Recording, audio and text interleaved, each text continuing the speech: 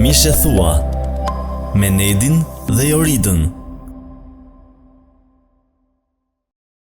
Mirë se edhe përsëri në podcastin e ri Mish e thua. Unë jam Nedi. Unë jam Jorida dhe jemi shumë të lumtur që jemi bashkë me juve, jemi në ditën e dytë e javës së martesës.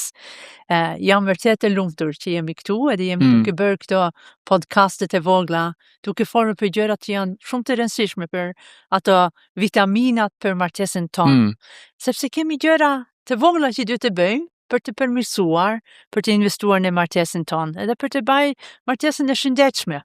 E vërtet, sot do hapim vitaminën e parë, që kurios. apo prit një sekond, se nuk jemi gati akoma të hapim vitaminën e parë, sepse vitamina vetë nuk mjaftojnë për një jetë të shëndetshme. Duhet të kemi një stil jetë të shëndetshme, duhet të kemi një dietë të balancuar, që të kultivojmë një jetë të shëndetshme.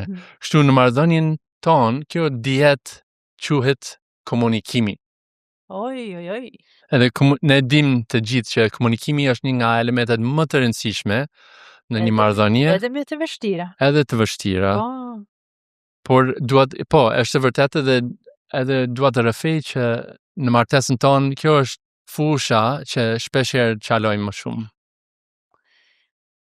Po, kam menduar shumë herë, si është e mundur që dy njerëz që duan njëri tjetrin shumë, prap nuk marrin vesh me njëri tjetrin. Komunikimi shkon ashtu. E ke fjalën për ne? Po, për nuk neve jo. Po, për neve jam duke folur. Sepse e vërteta është që shumë herë nuk marrim vesh me njëri tjetrin. Edhe unë që mendoj që unë jam goxha e mirë me komunikimin, sepse unë jam jeshtë për të folur, apo jo? Gjithmonë jam duke folur. Doshta jam duke folur çik tepër shumë. Në fakt kam mësuar një gjë.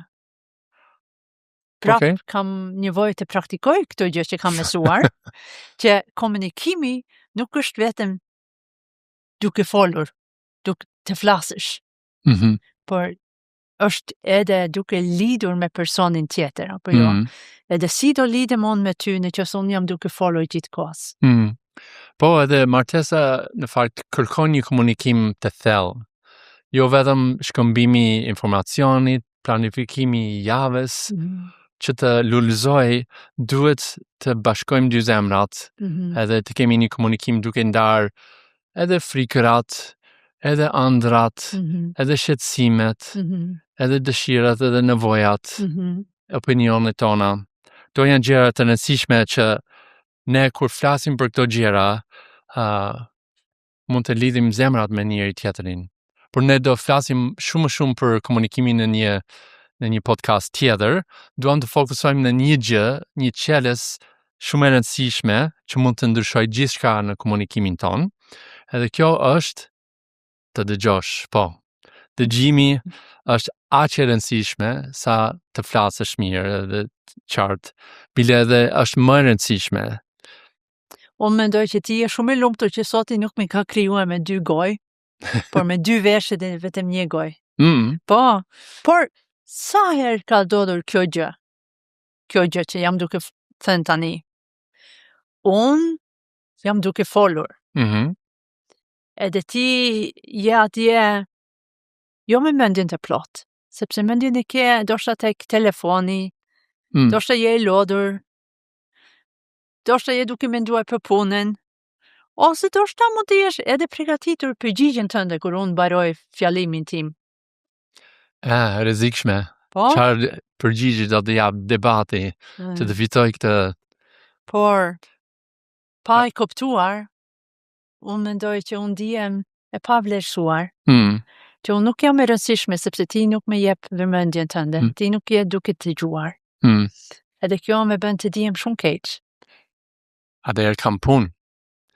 Më mirë të dëgjoj, sepse kur dëgjoj, ose së paku kur unë ndihem që dikush më dëgjon, unë ndihem i vlerësuar edhe i respektuar, unë ndihem i rëndësishëm, unë ndihem i kuptuar, ndihem një lidhje me atë person.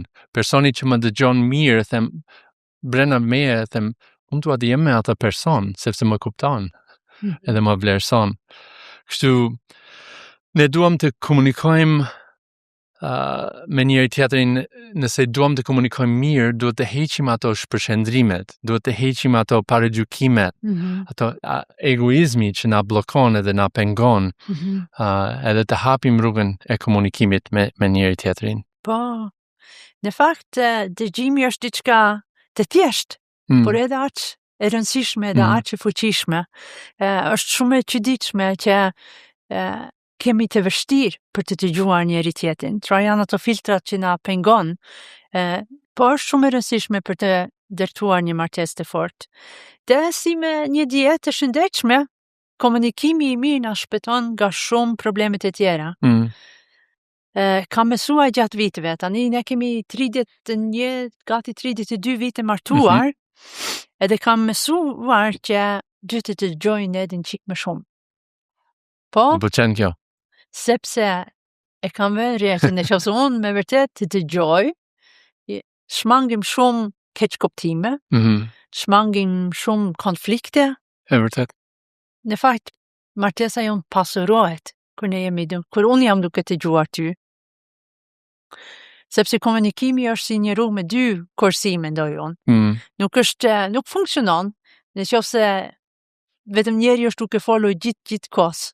E vërtet. Jo, sepse nuk lidhemi dot, apo jo. Edhe do shta ti e duke vetëm pritur radhen, jo, duhet të flasim edhe duhet të dëgjojmë njëri tjetrin.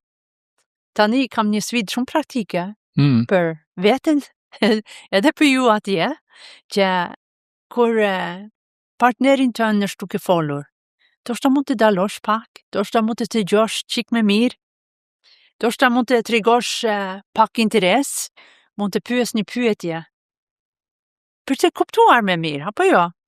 Jep me mendjen tënde të plot, mos i duke gatëruar me telefonin apo me televizorin. Edhe ajo që më sfidon mua më shumë është që mos tërprit.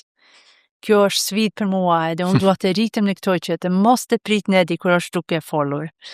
Sepse komunikimi i mirë na lidh më shumë me njëri tjetrin. Edhe nuk është lidhur ka një fjali të gjatë e bukur, por ka momentet të vogla që me vërtet atje kur lidhem. Shu në fund, duam të mbani mend këtë gjë. Ashtu si që kemi nevojë të kultivojmë një stil jetë të shëndetshme, edhe kemi një dietë të balancuar, komunikimi i mirë është një zgjedhje e përditshme, është një stil jetë që ne kultivojmë dhe mësojmë. Mund të mësojmë komunikimin e mirë. Edhe këtë javë, merr dozën ose fillo merr hapin e stil jetës së mirë në komunikim, duke dëgjuar pak më shumë, duke folur pak më butë, edhe duke supozuar më të mirën për partnerin tënd. Edhe kjo është e bukur. Sepse ndonjëherë edhe pse kemi vështirë në komunikim, nëse duam të dëgjojmë nga zemra e njëri tjetrit, kjo hap rrugën e intimitetit edhe mirëkuptimit që ne të gjithë kemi nevojë. Shumë faleminderit që ishit bashkë me neve. Nesër do hapim shishen e parë me vitamina, edhe jam shumë kurios. Çfarë është vitamina e parë që do hapim, që do të pim? Shumë faleminderit, edhe mirupafshim. Mirupafshim shihemi nesër. Për të parë çdo episod, mjafton të bëni subscribe në YouTube, në kanalin Mishe Thua.